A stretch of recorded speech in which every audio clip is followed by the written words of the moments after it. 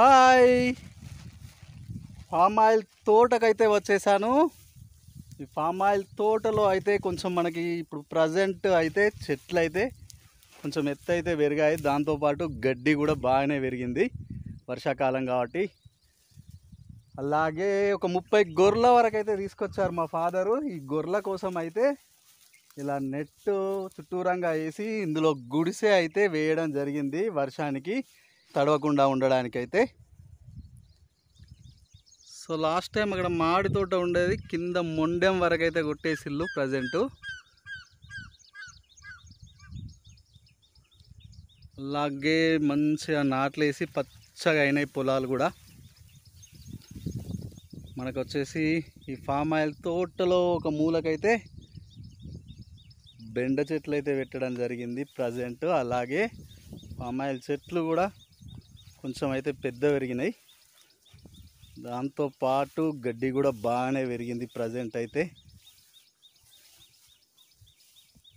ఈ వర్షాకాలానికి ఈ ఎండకు పాములు కూడా బయటకు వస్తాయి.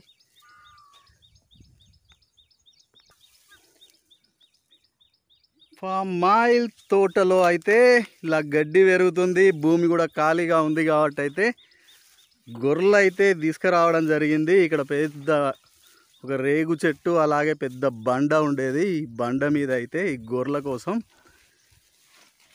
దీన్ని గుడిసె అయితే వేశారు ప్రజెంట్. ఈ గొర్రెల కోసం గుడిసె వేసే ముందు అయితే బండ అయితే ఇలా ఉండేది, ఇంత పెద్దగా అయితే కనిపించలేదు ఎప్పుడు. కాకపోతే ఈ బండ చుట్టూరంగా కొంచెం మట్టి తీసి అయితే ఈ పైన ఉన్న బండల్ని ఒక పక్కకు నెట్టేసి పైన మట్టి అయితే పేర్వడం జరిగింది. అలాగే ఈ బండల మధ్యలో ఉన్న వేప చెట్లనే కట్ చేసేసి వాటిని అయితే ఈ గుడిసె వేయడానికైతే ఉపయోగించడం జరిగింది. తిందామా కోడి తిందామా? అంతకుముందు ఇలా పొలం దగ్గరికి వెళ్ళినప్పుడు కోడిని కోసుకొనైనా రెస్ట్ తీసుకొనైనా ఉండేది. సో గొర్రెల కోసం అయితే ఇలా తీగ అయితే తీసుకురావడం జరిగింది. బండ అయితే అప్పుడు అంత ఏర్పడలే కానీ చాలా పెద్దగానే ఉంది. ఇలా చుట్టూరంగా దీని పక్కకి అయితే పుక్లెన్తో మట్టి అయితే తీసి ఈ బండ మీద అయితే ఇట్లా పోసి సమానంగా అయితే గుడిసెనైతే తయారు చేయడం జరిగింది. ఇందులో ఓన్లీ కట్టెలేసి కట్టెలతో పాటు పైన నార్మల్ పరదా వేసేసి దాని పైన అయితే ఇట్లా బ్లాక్ది అయితే వేసేసారు, గడ్డి వేయకుండా. చుట్టూరంగా అయితే ఇట్లా తయారైంది. తోడిన దగ్గర అందులో పెద్ద బండ కూడా పడ్డట్టున్నది, మళ్ళీ ఇక్కడ గుండు మీద ఉన్న బండ. సో మనం ఇలా ఫుల్గా అయితే వాటర్ ఉన్నాయి కదా ప్రజెంట్. ఈ ప్లేస్లో అయితే కంక బొంగుల చెట్లు అయితే అక్కడక్కడ పెడదాం పామ్ ఆయిల్ తోటలో ప్రజెంట్ అని ఎప్పటి నుండో అనుకుంటున్నా. సో ఇప్పుడు వర్షాకాలంలో అయితే వాటర్ ఉన్నాయి, ఇన్ని వాటర్ అయితే ఇక్కడ స్టోర్ అయి ఉన్నాయి, కానీ మళ్ళీ తర్వాత అయితే ఉండకపోవచ్చు. ఈ షెడ్ అయితే ఉన్నట్టుండి ఇక్కడ మేపేటప్పుడు ఉన్నట్టుండి వర్షం కొడితే ఇందులోకి గొర్రెలను తీసుకురావడానికి అయితే ప్రజెంట్ అయితే వేశారు. ఎవరైనా అయితే గొర్రెలు పెంచుకోవాలి అనుకుంటే మాత్రం ఒకటేసారి పెద్ద రేంజ్లో వెళ్ళి ఎక్కువ మొత్తంలో తీసుకొచ్చి అయితే చేసుకోకండి.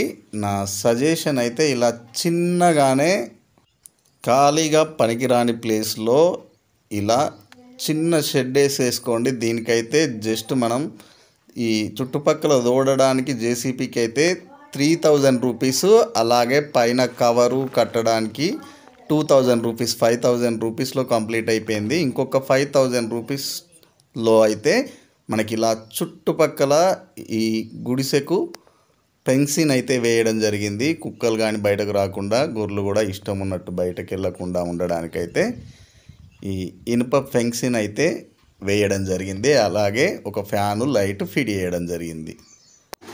అలాగే మనకి ఇక్కడ పవర్ అయితే ఎప్పటికి ఉండదు కాబట్టి ఒక ఇన్వర్టర్ అయితే అవసరం ఉంది. ఒక ఇన్వర్టర్ దాంతో పాటుగా ఒక ఛార్జింగ్ లైట్ కూడా ఇక్కడ పెట్టుకుంటే సరిపోతుంది. ఒకేసారి పెద్ద మొత్తంలో షెడ్ వేయడం వల్ల అయితే దానికే ఎక్కువ ఖర్చు అయితే అయిపోతుంది. మీరు కావాల్సిన గొర్రెలు కూడా తర్వాత తీసుకొచ్చుకోలేరు. మా ఫాదర్ అయితే ఇక్కడికి అయితే ఒక 30 గొర్రెలను అయితే తీసుకురావడం జరిగింది. ఇందులో కొన్ని 3 months నుండి 5 months వరకు, కొన్ని చిన్నవి కొన్ని పెద్ద గొర్రెలు అయితే ఉన్నాయి. ఆ గొర్రెలకు అలాగే వాటి ట్రాన్స్పోర్టేషన్ మొత్తం ఖర్చు అంతా కలిపి అయితే ఒక 2 లక్షల రూపాయల వరకు అయితే అయింది. అంటే ఈచ్ ఒక్కొక్క గొర్రెకి అయితే మనకు 6,000 పైన అయితే పడింది ట్రాన్స్పోర్టేషన్తో. ఇవి ఆల్రెడీ తీసుకొచ్చి అయితే ఒక 1.5 month అయితే అయిపోయింది. ఇంతవరకు అయితే నార్మల్గా ఈ షెడ్లో జస్ట్ ప్రతిరోజు మధ్యాహ్నం కాసేపు మేసి ఒక 1 hour అయితే ఇక్కడికి వచ్చి ఇలా రెస్ట్ అయితే తీసుకుంటున్నాయి. గొర్రెలు కానివ్వండి, మనుషులు కానివ్వండి. మళ్ళీ నెక్స్ట్ వీడియోలో అయితే దీని ఓపెనింగ్ కోసం అయితే ఇక్కడ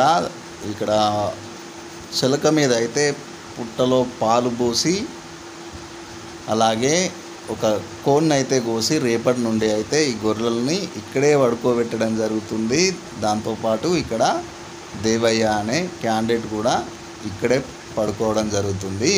ఇందులో ప్రజెంట్ అయితే మనకు వచ్చిన ఖర్చు అయితే గొర్రెలకు 1 లక్ష రూపాయలు, అలాగే ఈ షెడ్డుకి ఇంతవరకు అయిన ఖర్చు ఒక 10,000 రూపాయలు. ఇందులో మిగిలిన పెన్షన్ అయితే బయట వేసి పడుకోబెట్టడం జరుగుతుంది గొర్రెలని డే టైంలో. అలాగే ఇందులో ఒక 5,000తో ఇన్వర్టరు అలాగే బ్యాటరీ అయితే మా దగ్గరే ఉంది కాబట్టి ఒక 5,000 to 10,000 పెడితే సరిపోతుంది. అలాగే ఇంతవరకు అయితే కొన్ని వీటికి మెడిసిన్స్ అయితే ఇవ్వడం జరిగింది. వాటికి కూడా నాకు తెలిసి ఒక 10,000 రూపీస్ వరకు అయితే ఖర్చు అయి ఉంటుంది. అంటే మనకి మొత్తం 2,30,000 రూపాయల వరకు అయితే అయింది. ఇంకొక 20,000 రూపాయలు అయితే ఈ బ్యాచ్ అయితే దాదాపు కంప్లీట్ అయిపోతుంది కావచ్చు. ఫీడింగ్ అయితే ఫ్రీ రేంజ్లోనే ఇవ్వడం జరుగుతుంది, ఎందుకంటే మాకే పామ్ ఆయిల్ తోట ఉంది కాబట్టి. ఈ వీడియో కనుక మీకు నచ్చినట్టయితే please like, share, comment and subscribe my channel. Notification కోసం బెల్ ఐకాన్ని ప్రెస్ చేయండి. అలాగే ఏమన్నా డౌట్స్ ఉంటే కామెంట్లో తెలియజేయండి. Good morning.